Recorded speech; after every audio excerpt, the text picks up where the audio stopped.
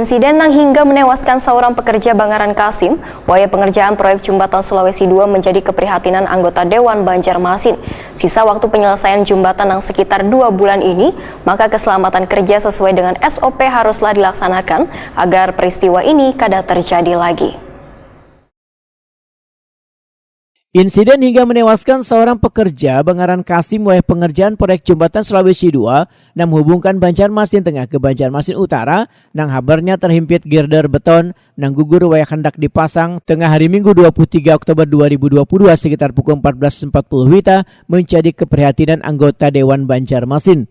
Wakil Ketua Komisi 3 DPD Banjarmasin Apri Jaldi wayah takuni Prima TV di sela-sela meninjau lokasi kejadian tengah hari Senin 24 Oktober 2022 memudahkan keselamatan kerja sesuai dengan SOP haruslah dilaksanakan agar peristiwa ini kada terjadi lagi di setiap pembangunan proyek lainnya. Politisi Partai Amanat Nasional ini pun berharap kejadian ini kada mengganggu waktu penyelesaian pembangunan jembatan Sulawesi II yang harus bisa terselesaikan di akhir tahun 2022. Apri Jadi mengaku khawatir lantaran dengan sisa waktu penyelesaian jembatan yang sekitar 2 bulan ini membuat pihak penyelenggara proyek melupakan SOP keselamatan kerja. Nah, yang jelas dalam hal ini kita masih belum tahu hasil investigasinya seperti apa.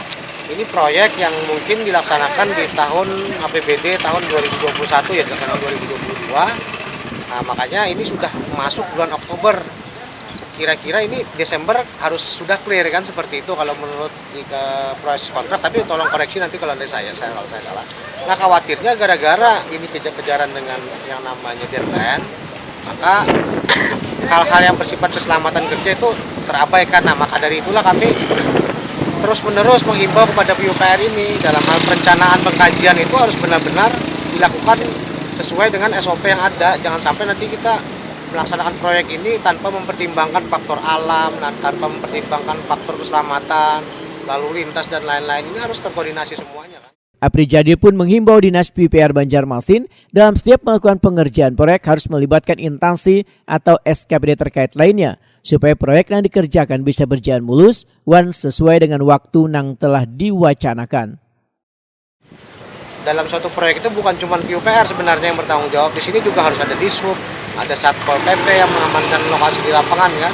Nah, jadi harus ada koordinasi. Sebenarnya koordinasi seperti itu sangat dibutuhkan dalam suatu pelaksanaan proyek.